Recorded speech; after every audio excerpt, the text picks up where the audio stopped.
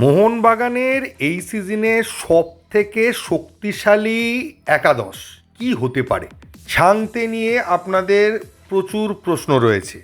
মোহনবাগানে বেশ কিছু domestic player আসছে কি না সেই নিয়ে অনেক প্রশ্ন আমার কাছে এসছে, ও তার মধ্যে একজন প্লেয়ারকে নিয়ে প্রচুরবার প্রশ্ন এসছে। সব কিছু নিয়েই আলোচনা করব আজকের এই ভিডিওতে।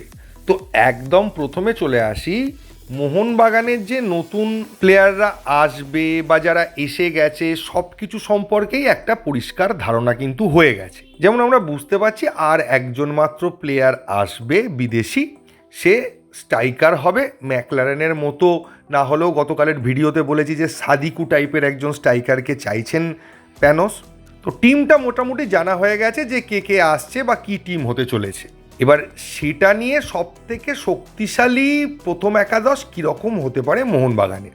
এবার মোহনবাগান এত প্লেয়ার নিয়েছে আর সেই তুলনায় প্লেয়ার ছাড়েনি, যার ফলে যেটা দাঁড়াচ্ছে মোহনবাগান কিন্তু আইএসএল খেলার মতো দুটো টিম প্রায় দাঁড় করিয়ে ফেলেছে।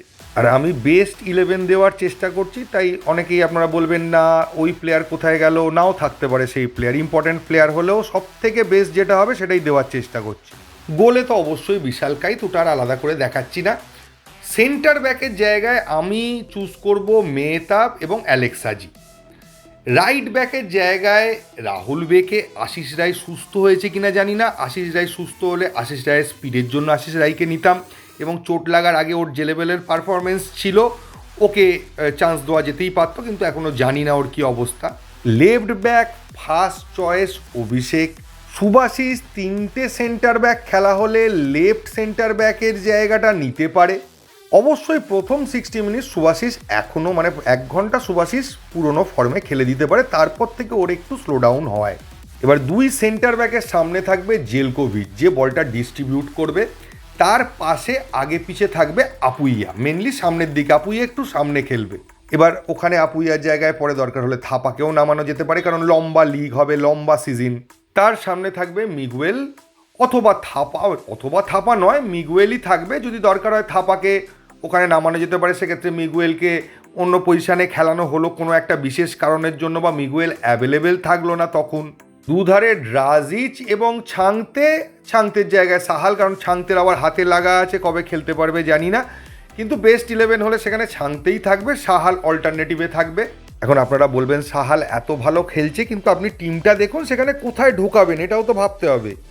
আর লেফটে থাকছে ড্রাজিচ অথবা লিস্টান না ড্রাজিচই থাকছে। কোনো কারণে ফরমেশন চেঞ্জ করতে হলে, কিছু চেঞ্জ করতে হলে তখন লিস্টানকে দরকার।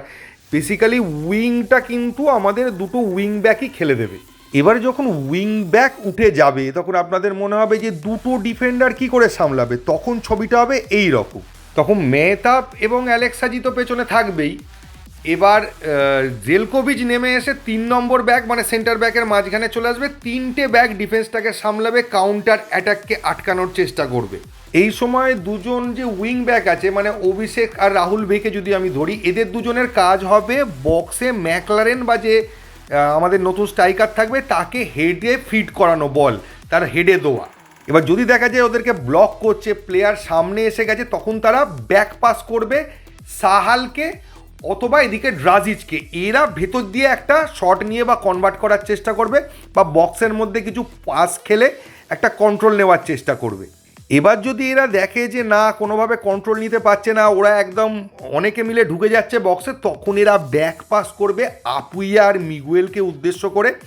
আপুইয়া বা মিগুয়েল সোজাসুজি গোলে দূর থেকে শট নেওয়ার চেষ্টা করবে। আর যদি দেখে ওদের সামনে প্লেয়ার আছে শট ডিফ্লেক্ট হয়ে যাবে, শট মারতে পারবে না, তখন তারা হালকা করে বলটাকে চিপ করে ভাসিয়ে দেবে বক্সের দিকে। হয় সাহাল, নয় ম্যাকলারেন বা নতুন যে ফরেনার রয়েছে, নয় তো ড্রাজিচ, কেউ না কেউ হেড করে ভেতরে ঢোকানোর চেষ্টা করবে। এইটাই হবে মোহনবাগানের আলটিমেটলি অ্যাটাকের ফরমেশনটা, এবং এটা ভীষণ ব্যালেন্স, অপোনেন্টকে পুরোপুরি প্রেস করে ওদের বক্সে ঠেসে রাখবে।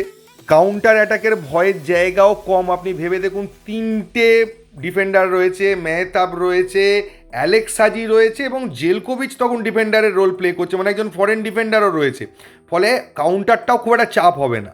তো এই ছিল মোহনবাগানের সবথেকে শক্তিশালী একাদশ বা প্রথম একাদশ যা বলবেন, সে প্রথমে নামাবে বা পরে নামাবে, তবে এইটা যখনই খেলবে এটাই হবে সবথেকে পাওয়ারফুল অ্যাটাকিং লাইন আপ মোহনবাগানে।